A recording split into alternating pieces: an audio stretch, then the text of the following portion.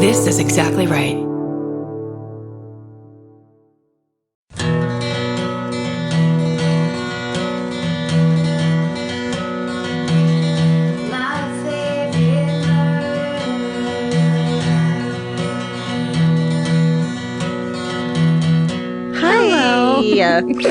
Why did I turn my neck like that? The creak. Like a weird like robot. a Barbie doll. Hello, Georgia. Hello, Karen. Welcome to your own Minisode. Thank you. Doesn't have the inflection down right. I'm a robot. You know what I mean? Thank you. Thank you. You're the frozen robot. Wait, is there a robot in Frozen? Yeah. Do you know I've never seen Frozen? I've never seen Frozen. I've never seen Hamilton. What? I don't know. I am not up to date on. Are you from Canada? There's no robots in Frozen. It takes place in some kind of, I think in Lapland, in historic Lapland, right, Stephen? If anyone Why are there robots in Frozen? No, I wasn't saying that. Oh. Can we start over?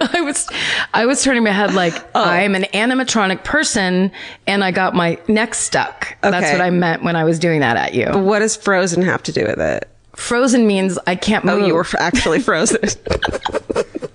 But I thought the voice you were doing it sounded like you were cold. You said you were doing like a robot voice, but you were going like this. I get it. Shit. Why? We have to rehearse. No, that was it. People, that was 6 hours of hard rehearsal and we fucking nailed it. 5, 6, 7, 8. I don't get it. I don't understand. What is happening? Also, I explained to you something that wasn't the explanation. Only in my explanation did I realize that wasn't what happened. And sometimes I am really gullible and sarcasm. It doesn't land on me correctly. I just believe you. I believe in you. We couldn't be two more different people. We couldn't be more worthy of a fucking podcast.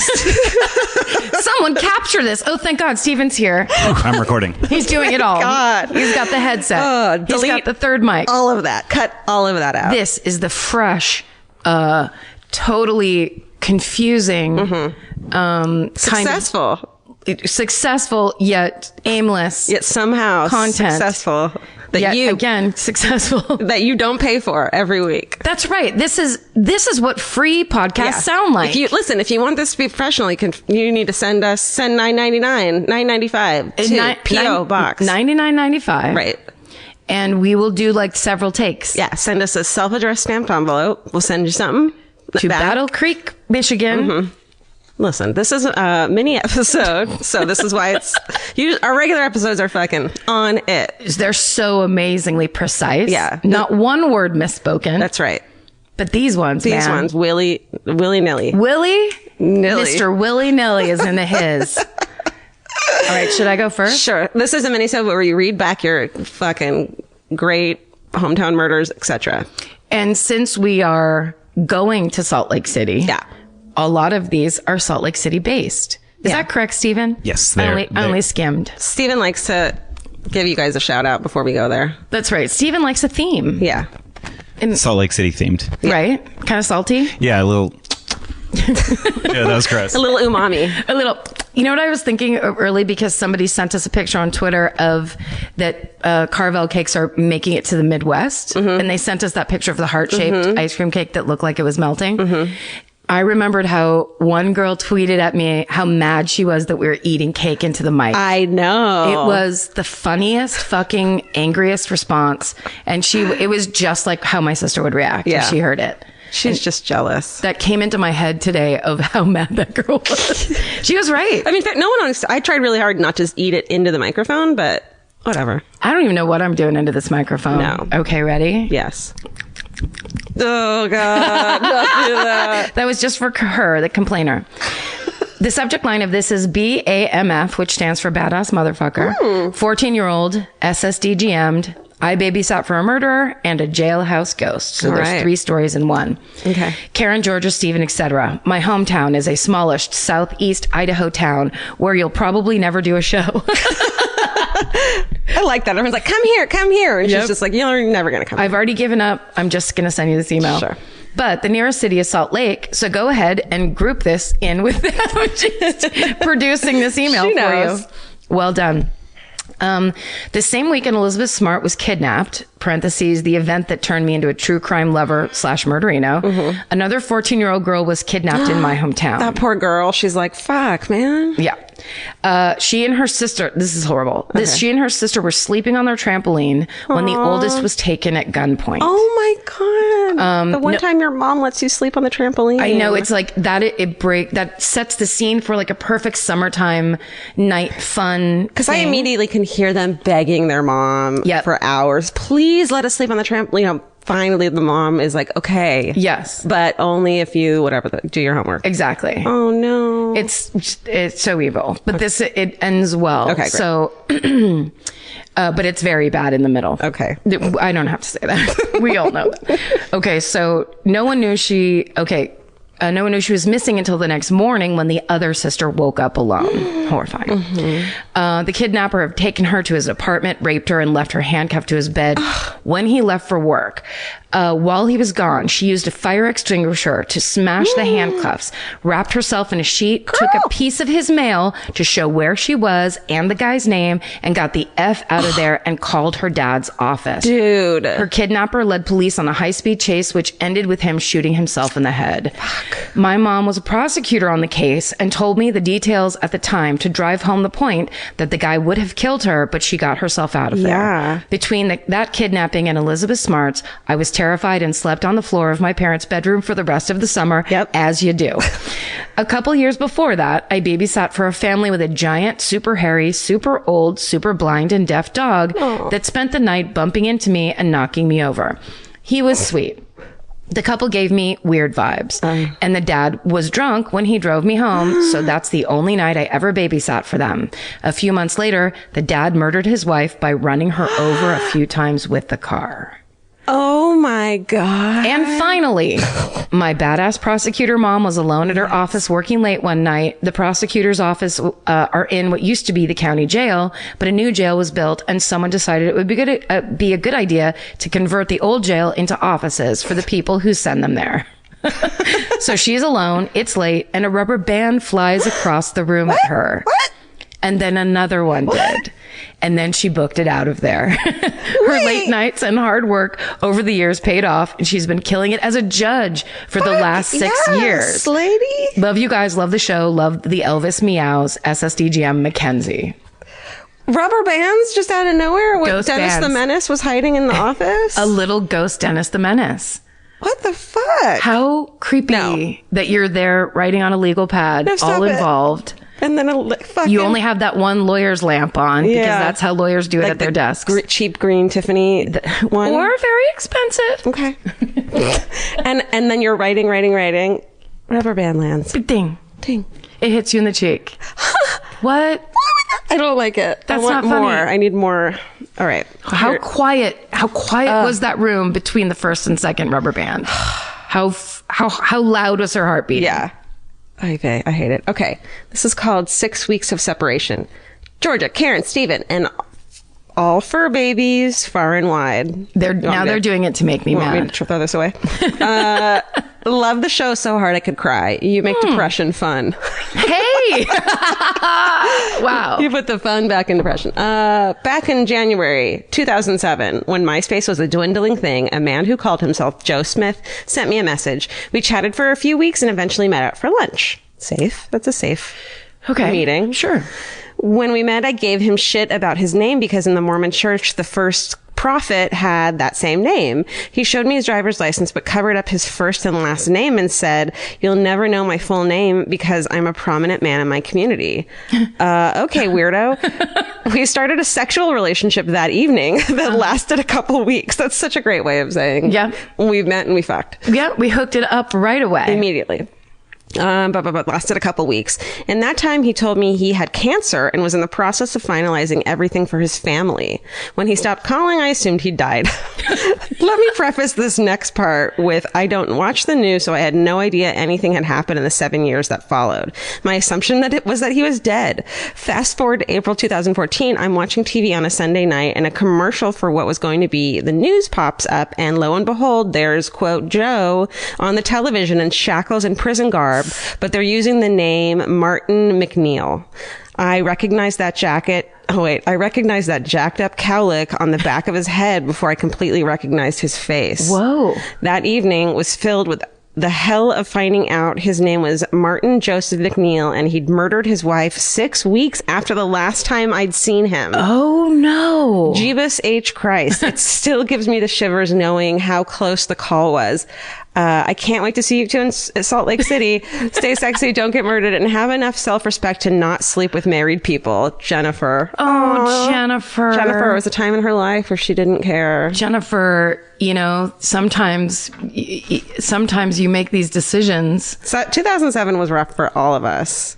I mean, I can't even remember it. It was a dark time. It was a rough year for me. But that's the kind of thing, I like that statement only because I think sometimes as a young woman, when you feel strong and empowered, you're like, well, I get to do what I want. Yeah. And if somebody likes me, that's the other person's problem. It doesn't affect me badly. He's the person who should feel bad, or she should feel bad, not me. When in fact, it's about you not liking yourself. And also just, it connects you to a person indelibly. It connects you to a negative. It's such a negative action that someday you'll understand and feel bad about. Yeah, maybe. Yeah. I mean, no judgments. All judgments. But stop it. But all judgments. But seriously, keep your shit together because you got to keep your side of the street clean. They'll become murderers. You don't want that business following you around. Fuck, that's crazy. Thank you, Jennifer. Thanks, Jennifer. I really learned something and I'm going to break up with him. Just kidding. Just kidding. With America's #1 meal kit, HelloFresh, you'll get easy, seasonal recipes and pre-measured ingredients delivered right to your door. All you have to do is cook and enjoy. HelloFresh makes cooking delicious meals at home a reality. From step-by-step recipes to pre-measured ingredients, you'll have everything you need to get a wow-worthy dinner on the table in about 30 minutes. Say goodbye to endless grocery store trips and takeout. HelloFresh has you covered. There's something for everyone, from family recipes to calorie smart and vegetarian, and fun menu series like Hall of Fame and craft burgers. HelloFresh has more 5-star recipes than any other meal kit, so you'll know you're getting something incredible. HelloFresh is flexible and it fits your lifestyle. Easily change your delivery days, food preferences, and skip a week whenever you need. Break out of your dinner rut and make deliciousness part of every week with HelloFresh.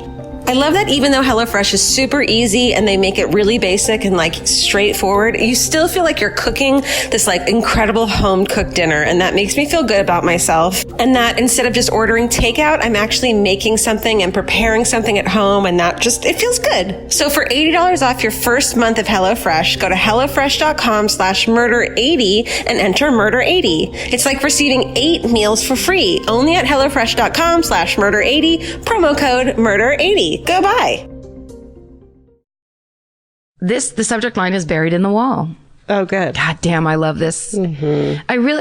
The other day, someone on Twitter, I'm sorry, I can't remember your name, sent me a picture and you a picture of that sinkhole that opened up in Texas, and underneath it was that huge cave. No. Did you look at that? Mm-mm. Amazing. And I was like, what a glorious time in my life. Yeah. That people are sending me pictures of things and telling me stories about things that I adore. Totally. So sinkholes, yes. Shit in walls, yes. Yes. Giants. You love giants. Oh God, I love giants. Okay. Ladies, just heard the podcast about wanting to see what's buried in walls. Boy, do I have a story. It was about 22 years ago, so I'd forgotten about it until you guys jogged my memory. I used to work with 2 sisters that rented a small house in a pretty quiet area here in Salt Lake City, Utah. Both girls had issues with items in their house constantly being moved to a new spot in the house. No. That happens to me all the time, but it's me. One of the sisters had a small collection of these tiny ballerinas made out of porcelain, maybe 1 to 2 inches tall. Oh, She'd wake up some mornings and the whole collection was scattered throughout the room and sometimes all the way to the kitchen. What? Oh my God, I can't stop smiling. Stop smiling.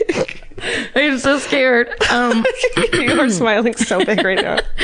They constantly mentioned the house being haunted, but they weren't scared because the ghost felt friendly and childlike. That's not a thing. They lived there for almost a year before they discovered there was a hidden room in the basement. Oh no. I've seen this with my own eyes, and it was so easy to miss. In the basement, there was a room entirely made of concrete. On the furthest wall from the entrance, there was a concrete section that stuck out. And from every angle, it just looked like it was the end of the room until you go right up next to it. You can see it's a crawl space to a room behind the concrete wall. When you crawl back there, there's a space about 8 by 10 feet and maybe 4 feet tall. So you are squashed in. There's no standing up. Here it comes. With a flashlight in hand, if you laid on your side facing the backside there's of a lot the of concrete rules to wall. this fucking concrete bunker. It sounds kind of like a very tall coffin. Can I just walk in? Whew. Tall coffin. Okay. So if you laid on your side, If you said yes 3 times and then Send turned us around and turned around. $9.95 to Battle Creek, Michigan. Okay. Poor Battle Creek. I lost it Sorry, again. it's my fault. No. Okay. If you put a flashlight. Laid on your side, Okay. facing the backside of the concrete wall, the cement had chipped away and had exposed the front part No. of a ballerina shoe that could fit maybe an 8-year-old, and what looked like thin pink ribbons that would have been on a barrette or a headband. After making the discovery, they contacted the landlord and made the decision to move since the lease was almost up. Prior to them moving, they'd show it to people who came over for parties. Wait, I'm confused. So shit was just hidden in the crawl space? It looked like in the cement of what that room was. Am I right, Stephen? Hidden in the cement? Yeah, like it was like chipped away and just like a little like slipper was like ballerina. So someone had like taken one of her ballerinas and put it into the cement, or was it in the cement, like cooked into the cement? Like the shoe seemed like it was cooked into Cooked in like a king cake baby. Explain my face right now. Georgia is staring at me with her mouth open and squinty eyes and scared face. But then she changed it at the end to a happy birthday face. That's the happy birthday face. Okay, wait, there's a little bit more. Yeah, but I would also love to, I want to see this. No, 100%. I need, but it also because it'd be easier than having to explain it. the images of course, a creepy man laying inside of there and with his weird long fingernail picking away at the cement until it. Why can't it be a ghost that did it? A baby ghost. Because you don't believe in ghosts. Oh, right. I believe in creepy men. You do. You really do. And you've always been so supportive. Okay. So prior to them moving, they'd show the house to people that came over for parties. I saw it once and never stepped foot back into that house. I never found out if the landlord did anything. At the time, we didn't have the means to research these things like we do now. I understand. I cannot remember the address to this fucking place. Otherwise... Oh, there was no fucking there. I just said that. I cannot remember the address to this place. Otherwise, I'd be there right now trying to sleuth up some answers. Fucking creepy, very sad at the same time. SSDGM, keep being the amazing and good time people that you are. Good time people. Good time people, Carrie. Yep, just like the movie. Haha. I think it was a ghost. I don't think she was insinuating it was a person. Or it was the landlord. Okay, I think someone lived in the cement box. But they didn't say they found like a... If they said they found like a, what are they called? Sleeping bag and like tin cans of beans. I don't know. He's a hobo, clearly. But what if he's a very tidy hobo? Yeah, that's true. Cleaned his shit up. Every time. Got out. Carried it with him. But why would... But he scattered shit everywhere. I think it was a ghost. Because they never heard anyone walking through the house. Yeah, but he could have been very light on his feet. You're giving him a lot of fucking credit. Remember the Spider-Man of Colorado? The Spider-Man of, was he Denver or was he? Yeah. Oh. When he hid, yeah. the weird guy that hid up in the attic for Yeah. years and years and years. Yeah. It can be done. All right. It's just that You should do it just to prove me wrong. I'm going to go live in the walls of my house now. Karen stopped talking to us. 2 years later, we realized she was just trying to prove a fucking point. And you're like, oh man, you really got me on this one. Yeah, you were right. But what did he bury in that cement besides a ballet shoe? And is there a child in the cement? Yes. Maybe it was a little kid who had been buried in the cement who had lived there and was trying to point itself out. Is what I'm saying. That's not what you said. You said it was a hobo. But I want to piggyback on your theory and then say I said it. I said it. Is what I'm saying. Fuck. What a fucked up story that was. Here's another one. Ready for another fucked up story? That's what we're doing. That's why we're here. We don't even want numbers. We just want fucked up stories. Please send us your, like, everyone's like, I have this weird story. This is where to do it now. Like, yeah, we don't talk to care. people all the time. We're like, oh, I got worried about it. Just deliver the weird story and we'll tell you if it's good or not. Right. We'll yell at you. Yeah. Hey, hello, MFM fan. This is called Angels/Aliens. Big difference. Okay. All right. Hello, MFM family. This isn't a murder story, not even a crime, but I think it bears telling. Okay. I'm from Salt Lake City. About 15 years ago, I went with some friends to a, quote, singles dance where I met a guy. Don't laugh. I was young. Oh, no.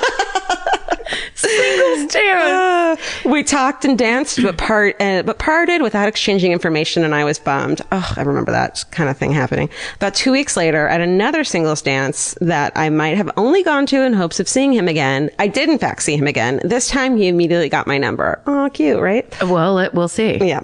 Cut to a few weeks later, and we'd been talking on the phone regularly and gone out a couple times. He seemed pretty cool, and I enjoyed his company. Around the third date, he invited me out to Black Rock on the Great Salt Lake to watch the sunset.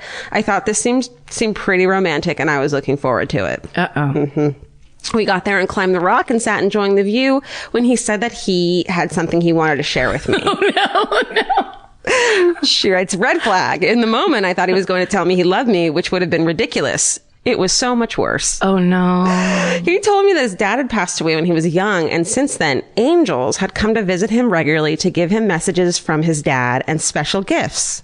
Cue the ice cold chills as I realized I am in the middle of nowhere with a guy who is obviously crazy. Not wanting to rock the boat, I pretend that I'm totally understanding and empathetic and that this is a totally normal revelation. That must have encouraged him because then he told me that they weren't actually angels, but aliens from outer space. I was screaming inside. I continued to play it cool, but I was internally freaking out and realized I needed to get out of here now. So I started to pretend I was getting cold, hoping we can leave. He wasn't done. Oh. He told me that the aliens had been visiting him in his home for years and that they had given him special healing powers.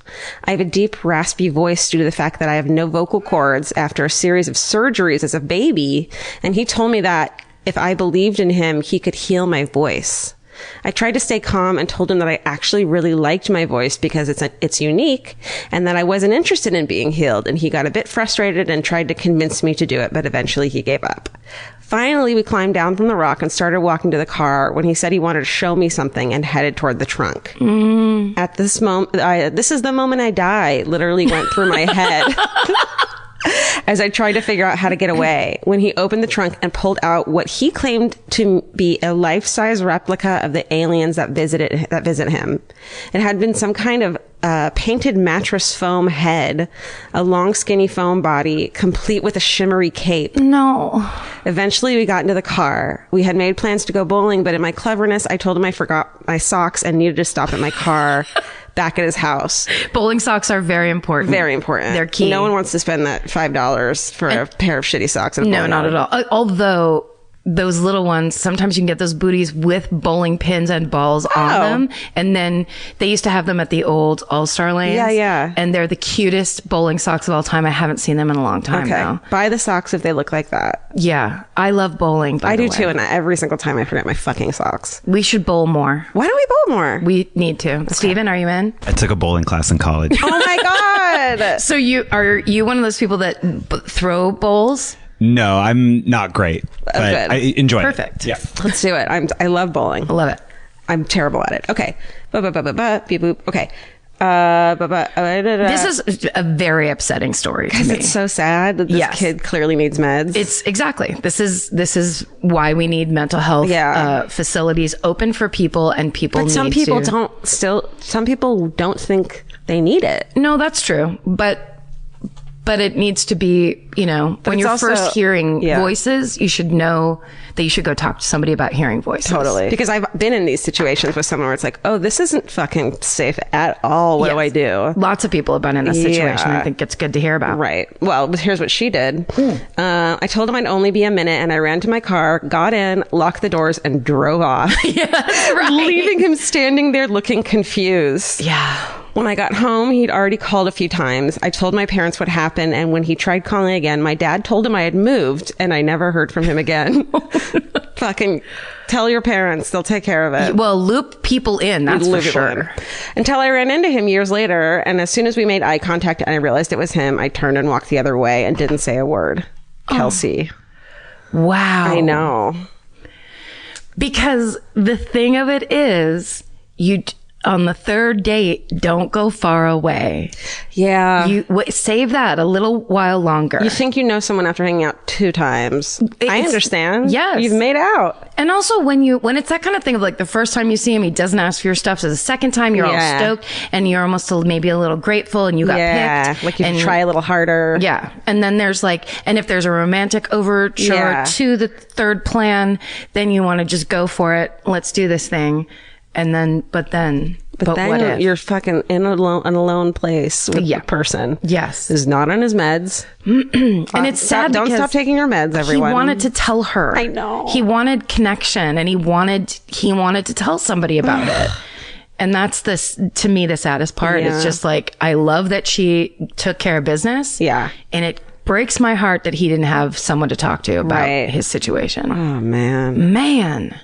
Do you have another one? Yeah. Listen to this. Okay. I'm going to really get to sell it.